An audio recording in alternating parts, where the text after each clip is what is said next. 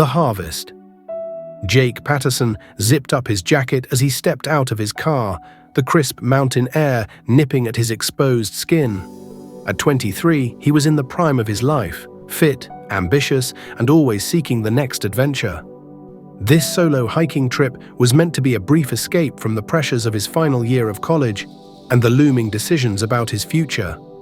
He shouldered his backpack, double-checking that he had all the essentials: water, energy bars, first aid kit, and his trusty Swiss Army knife. The trailhead beckoned, a narrow path disappearing into the dense forest that cloaked the mountainside. As Jake set off, the familiar crunch of gravel under his boots filled him with a sense of freedom. The worries of the world below seemed to fall away with each step he took deeper into the wilderness. Birds chirped overhead, and the occasional rustle in the underbrush hinted at the hidden life all around him. The trail gradually steepened, and Jake's breathing grew heavier. He welcomed the burn in his muscles, knowing it would make the view at the summit all the sweeter. After a couple of hours, he paused to take a drink and admire the vista that was already unfolding. The valley stretched out below, a patchwork of greens and browns, dotted with the occasional glint of a lake or stream. As the day wore on, Jake noticed the sky darkening faster than he had anticipated. Thick clouds rolled in, obscuring the sun and bringing with them a foreboding chill. He quickened his pace, hoping to reach the summit before the weather turned. The first drops of rain began to fall just as Jake rounded a bend in the trail. The path ahead narrowed, hugging the edge of a steep cliff. He pressed on, knowing that turning back now would be just as dangerous as continuing. Suddenly, a clap of thunder shook the air. Jake startled, his foot slipping on the rain-slicked stone. Time seemed to slow as he felt himself falling backward, arms windmilling uselessly. The last thing he saw was the grey sky above him before his head struck something hard, and darkness claimed him. Consciousness returned to Jake in fragments. First came the sensation of softness beneath him, so unlike the hard ground he expected. Then the smell, a curious mix of mustiness and something cooking that made his stomach growl. Finally, he opened his eyes, blinking against the dim light filtering through curtained windows. Jake found himself lying in a bed, rough woolen blankets pulled up to his chest.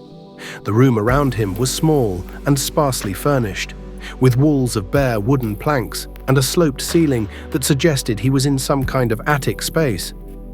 As his mind cleared, panic began to set in. How had he gotten here? The last thing he remembered was falling on the mountain trail. Had someone found him and brought him to safety? Jake tried to sit up, but was immediately hit with a wave of dizziness. He raised a hand to his head, feeling a bandage wrapped around it. That explained the throbbing headache that was making itself known with increasing intensity. Just then, the door creaked open. A young woman entered carrying a tray. She looked to be about Jake's age, with long brown hair tied back in a practical braid and wearing a simple dress that seemed oddly old-fashioned. "Oh, you're awake," she exclaimed, her voice a mix of surprise and something Jake couldn't quite place. "We were starting to worry. How are you feeling?" Jake struggled to find his voice. Where am I? What happened?" The young woman set the tray down on a small table beside the bed. "You're safe now," she said, her tone soothing. "I'm Sarah. My pa found you at the bottom of Miller's Ridge, all bruised and battered. You're lucky to be alive." Jake's mind reeled, trying to process this information. "How long have I been here?" Sarah busied herself pouring a glass of water from a pitcher on the tray. 3 days now. You've been in and out, mostly sleeping. Here, you should drink something." She held the glass to Jake's lips, and he drank greedily, suddenly aware of how parched he was. As he finished, Sarah set the glass down and picked up a bowl from the tray. "Think you can manage some soup? You need to get your strength back." Jake nodded, the aroma making his stomach rumble again. As Sarah spooned the thick, meaty broth into his mouth, he tried to gather his thoughts. 3 days. His family and friends must be worried sick. He needed to contact them, to let them know he was okay. "My phone," Jake said between mouthfuls. "I need to call someone, let them know where I am." A flicker of something, concern, fear, passed over Sarah's face. "I'm afraid your things were pretty banged up in the fall. Pa couldn't find your phone. But don't you worry. We'll take good care of you until you're well enough to travel." Jake wanted to press the issue, but exhaustion was already creeping back in. His eyelids felt heavy, and he found himself sinking back into the pillows. "Rest now," Sarah's voice seemed to come from far away. "You're safe here with us. Everything will be all right." As Jake drifted off to sleep, a small part of his mind registered something odd about Sarah's last words. There was a note of anticipation. But before he could dwell on it, unconsciousness claimed him once more. When Jake next awoke, sunlight was streaming through the small window, indicating it was sometime in the late afternoon. He felt more alert this time, the fog of confusion lifting. Gingerly, he pushed himself up to a sitting position, relieved to find the dizziness had subsided. A quick assessment of his body revealed various aches and pains, but nothing seemed to be seriously injured apart from the wound on his head. Jake swung his legs over the side of the bed, testing his strength. He was wearing unfamiliar clothes, a loose shirt and pants that looked like they belonged in another century. Just as he was contemplating whether he could make it to the door, it swung open. A burly man with a thick beard entered, followed by Sarah and an older woman who Jake assumed must be her mother. "Well, look who's up and about," the man boomed, his voice filling the small room. "Thought we might have lost you there for a while, boy. I'm Jebediah, and this here's my wife, Martha." Jake nodded, unsure of how to respond. "Thank you for helping me. I don't know what would have happened if you hadn't found me." Martha stepped forward, her lined face creasing into a smile that didn't quite reach her eyes. "It's what any God-fearing folk would do. You just focus on getting your strength back." Jake cleared his throat. "I appreciate everything you've done, but I really need to contact my family. They must be worried sick. Is there a phone I could use?" The three exchanged glances, a silent communication passing between them that set Jake's nerves on edge. Jebediah spoke, his tone carefully measured. "I'm afraid we don't have any of them modern conveniences up here, son. We live a simple life, away from all that noise and bother." Jake's heart sank. "But surely there must be a way. A neighbor with a phone or—" "Nearest neighbor's a good 20 miles away," Jebediah cut in, "and with the state you're in, you won't be making that journey anytime soon. Best you just settle in and let us take care of you." There was a finality to his words that brooked no argument. Jake felt a chill run down his spine that had nothing to do with his injuries. Martha bustled forward, breaking the tension. "Now then, you must be famished. Sarah, help me bring up some food for our guest." As the women left the room, Jebediah fixed Jake with a penetrating stare. "You just rest easy, boy. Everything will work out the way it's meant to." With that cryptic statement, he turned and left, closing the door behind him. Jake heard the distinct click of a lock turning. Panic began to rise in his chest. Something was very wrong here. The clothes, the lack of modern technology, the strange behavior of his rescuers, none of it added up. Jake's instincts were screaming at him to get out, to run as far and as fast as he could. But in his weakened state, with no idea where he was or how to get back to civilization, what choice did he have? For now, he was at the mercy of this strange family and whatever secrets they were hiding. Jake lay back on the bed, his mind racing. He would play along, gather his strength, and look for an opportunity to escape. But as he listened to the muffled sounds of the family moving about below, he couldn't shake the feeling that he had woken up into a nightmare from which there might be no escape. The days that followed settled into an uneasy routine. Jake was allowed out of the attic room, but his movements were carefully monitored. The farmhouse was larger than he had initially thought, with a sprawling layout that spoke of additions made over many years. Yet for all its size, Jake never saw any signs of modern life. No electricity, no running water, not even a radio. Sarah was his most frequent companion, bringing him meals and engaging him in conversation. Despite his situation, Jake found himself drawn to her. There was a gentleness in her manner that seemed at odds with the general air of menace that permeated the farm. "Have you lived here all your life?" Jake asked one afternoon as they sat on the porch, shelling peas. Sarah nodded, her eyes fixed on her task. "Born and raised. Pa says our family's worked this land for generations." "And you've never wanted to see what else is out there? To travel?" She looked up then, a flicker of longing in her eyes, quickly replaced by something harder. "This is where I belong. Family is everything." Jake tried a different approach. "What about school? Surely you must have gone to school in town."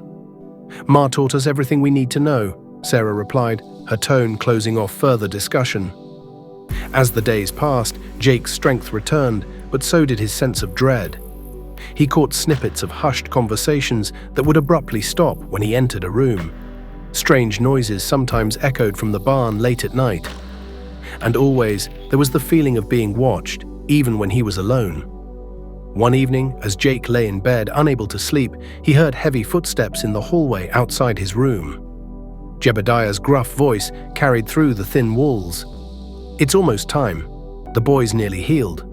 Martha's reply was too low to make out, but the anticipation in Jebediah's next words chilled Jake to the bone. "Soon, Martha. We'll feast soon enough." Jake knew he had to act.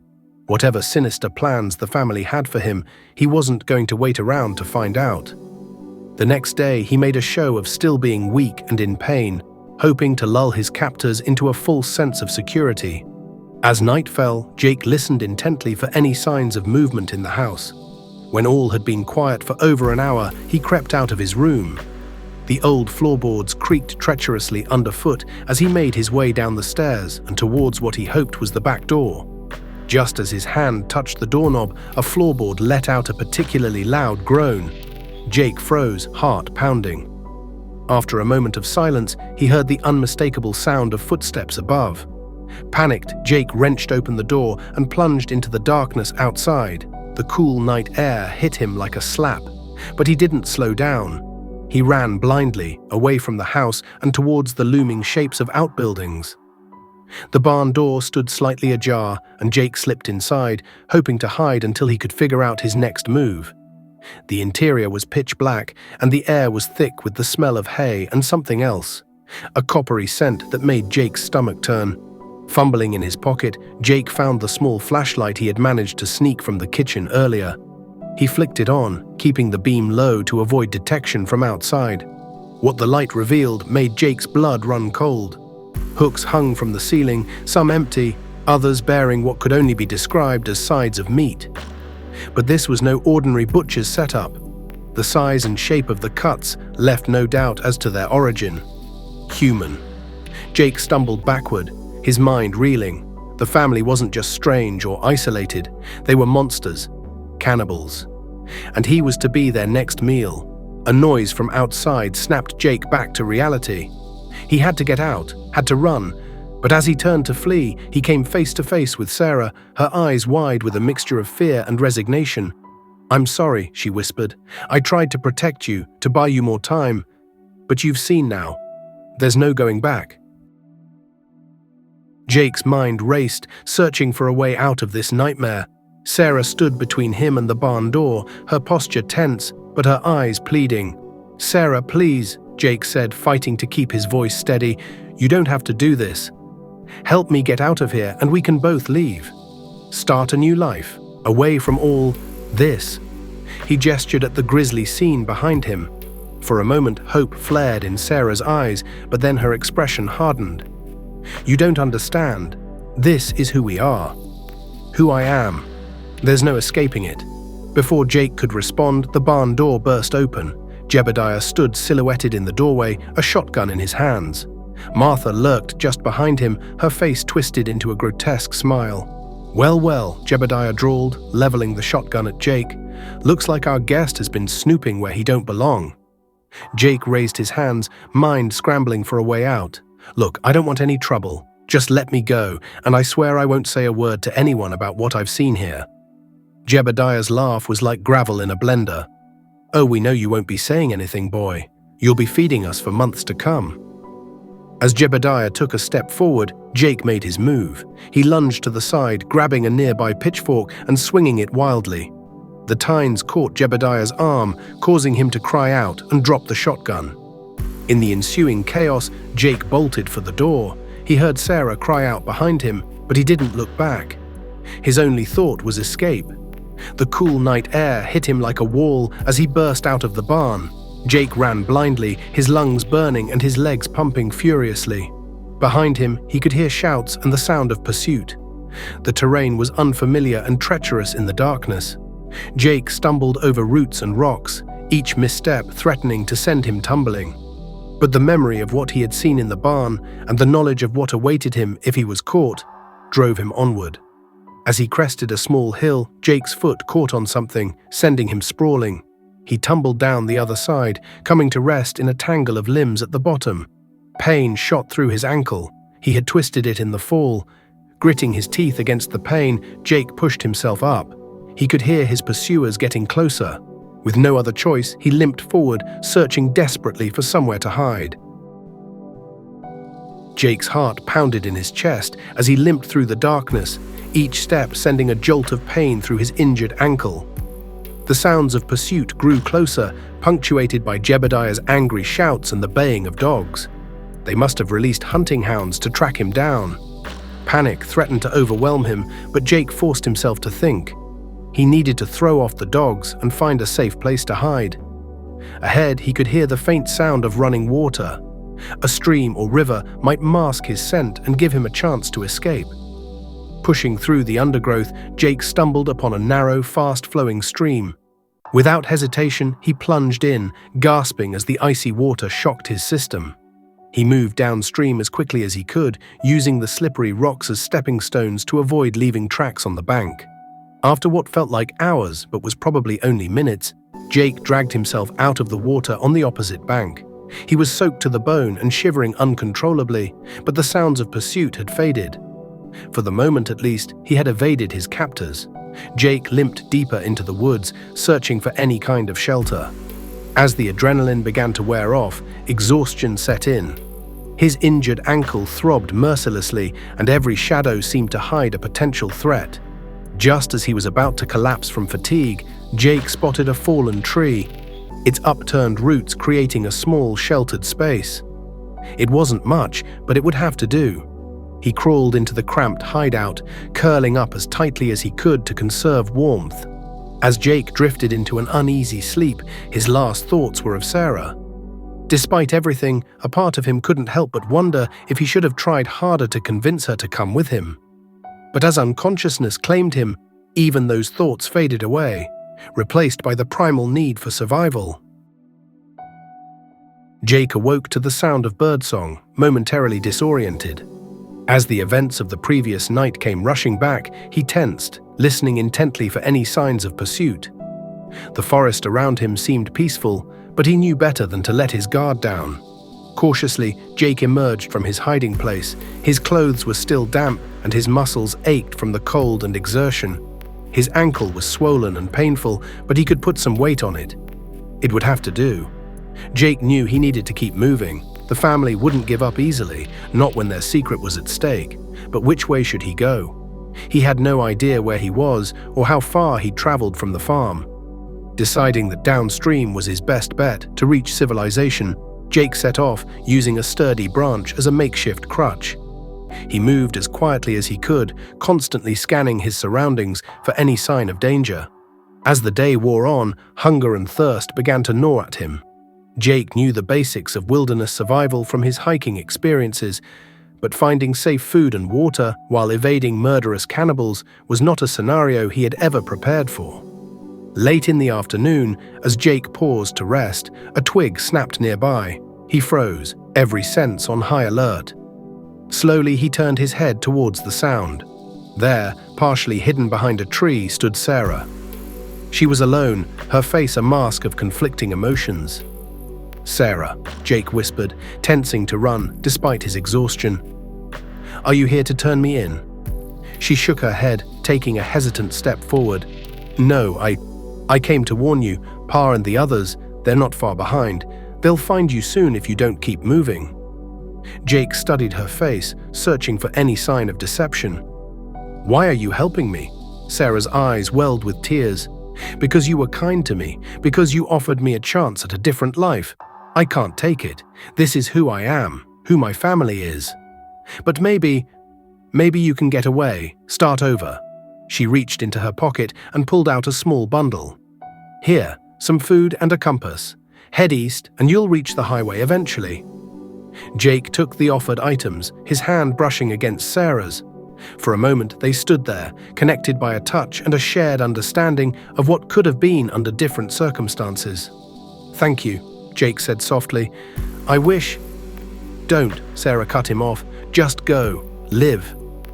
With that, she turned and disappeared into the woods as silently as she had appeared. Jake stood there for a moment, torn between gratitude and suspicion. Could this be a trap? But the sound of distant voices spurred him into action. Regardless of Sarah's motives, he couldn't afford to stay put. Orienting himself with the compass, Jake set off eastward, his heart heavy with the weight of what he was leaving behind and the uncertainty of what lay ahead. As night fell once more, Jake pushed on, driven by desperation and the need to put as much distance as possible between himself and his pursuers. The food Sarah had given him, a few strips of dried meat, he tried not to think about its origin, and some hard bread, had restored some of his energy, but exhaustion was taking its toll. The terrain grew steeper, and Jake found himself climbing up a rocky incline. His injured ankle protested with every step, but he gritted his teeth and pressed on. If he could reach higher ground, maybe he could spot some sign of civilization, a road, a town, anything that could lead him to safety. As he neared the top of the ridge, the trees began to thin out. Jake's heart leapt as he caught a glimpse of something through the branches, lights. Distant but unmistakably the glow of human habitation. Renewed hope gave Jake a burst of energy. He quickened his pace, ignoring the pain that shot through his leg with each step. Just a little further, and he'd be within sight of potential rescuers. But as Jake broke through the tree line onto a rocky outcropping, his moment of triumph turned to horror. There, silhouetted against the night sky, stood Jebediah, shotgun in hand. "End of the line, boy," the old man growled. "You've led us on quite a chase, but it's time to come home." Jake's mind raced. How had Jebediah gotten ahead of him? Had Sarah's help been a ruse after all, designed to lead him into a trap? As if reading his thoughts, Jebediah chuckled darkly. "Oh, we know these mountains better than you can imagine. Every trail, every shortcut. You never stood a chance." Jake backed away slowly, acutely aware of the drop behind him. "Please," he said, hating the desperation in his voice. "Just let me go. I swear I won't tell anyone about you or your family." Jebediah shook his head, raising the shotgun. "Can't take that risk, boy. Besides, waste not, want not. You'll feed us well." Time seemed to slow down. Jake saw Jebediah's finger tighten on the trigger. In that moment, he made a decision. Better a quick death than the fate that awaited him back at the farm. Jake turned and ran towards the edge of the cliff. He heard the boom of the shotgun, felt something hot graze his shoulder, and then he was falling, tumbling through empty air.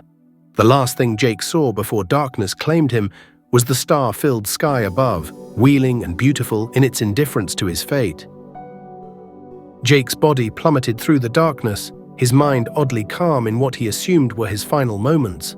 The ground rushed up to meet him, but instead of the bone-shattering impact he expected, he crashed through a canopy of leaves and branches. His descent was painfully broken by a series of impacts, each one threatening to knock him unconscious. Finally, Jake came to a stop, sprawled on a bed of decaying leaves and soft earth. Pain radiated through every inch of his body, but incredibly, he was alive. He lay there, gasping for breath, his mind struggling to process what had just happened. Above him, he could hear Jebediah's distant shouts of frustration. The old man clearly believed Jake was dead, or at least as good as. For now, that misconception was Jake's only advantage. Fighting against the pain and exhaustion, Jake forced himself to move. He had to get away before Jebediah and the others came to confirm his fate. Every movement was agony, but the alternative, being found and dragged back to that hellish farm, was unthinkable. In the pitch darkness, Jake crawled, not knowing where he was going, but driven by the primal need to survive. He found himself in some kind of narrow ravine, the walls close on either side.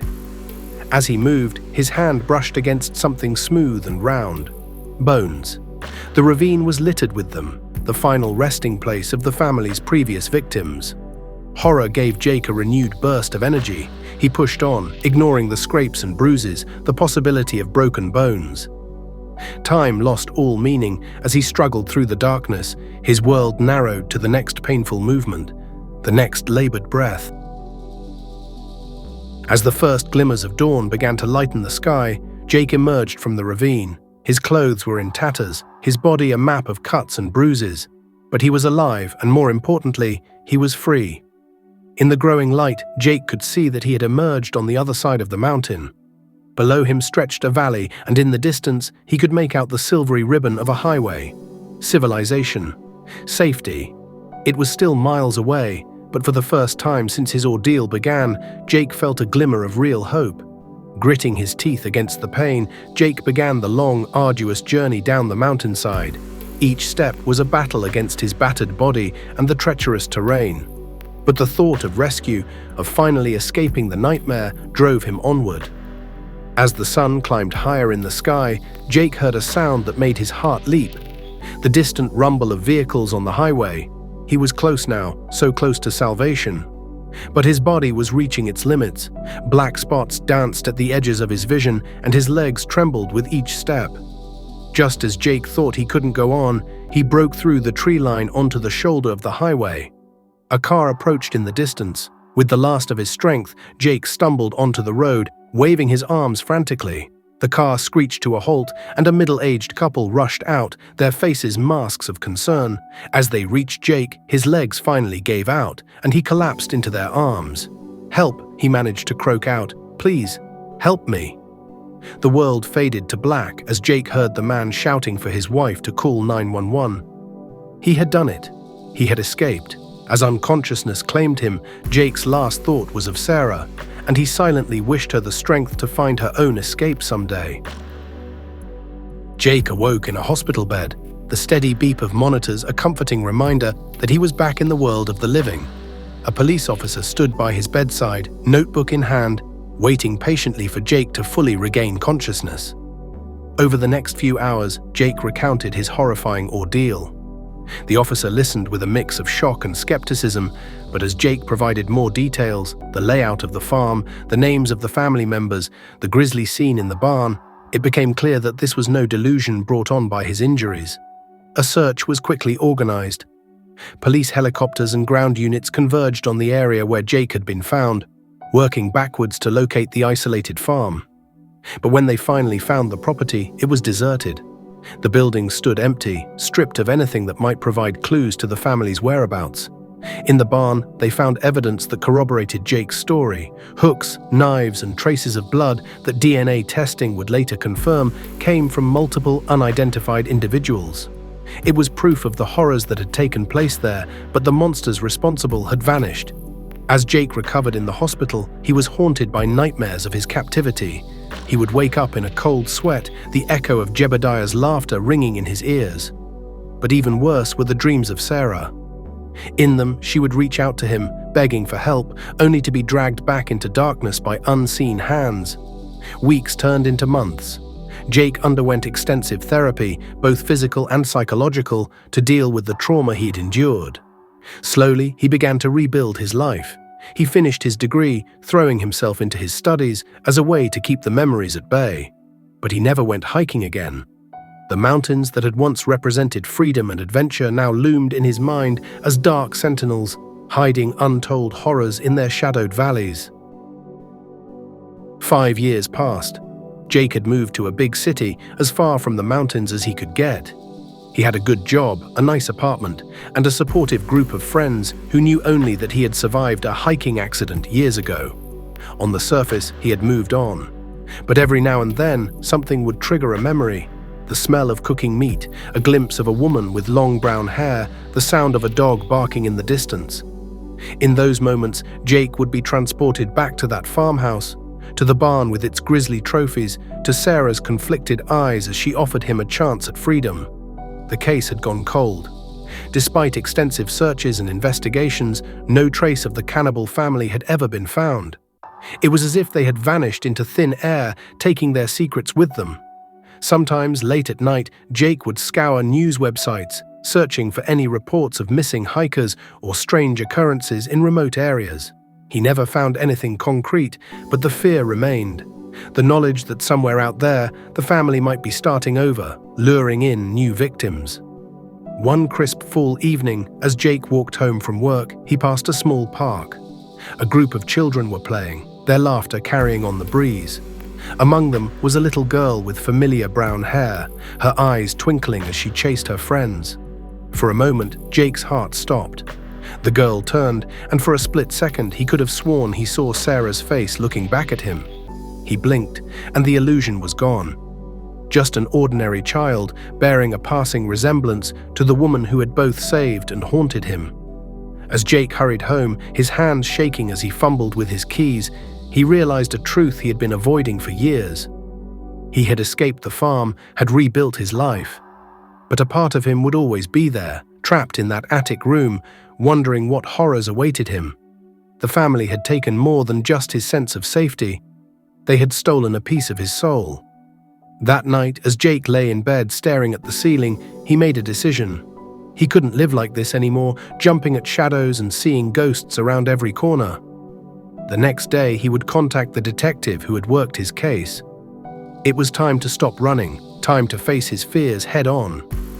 If the family was still out there, still hunting, Jake would do everything in his power to stop them.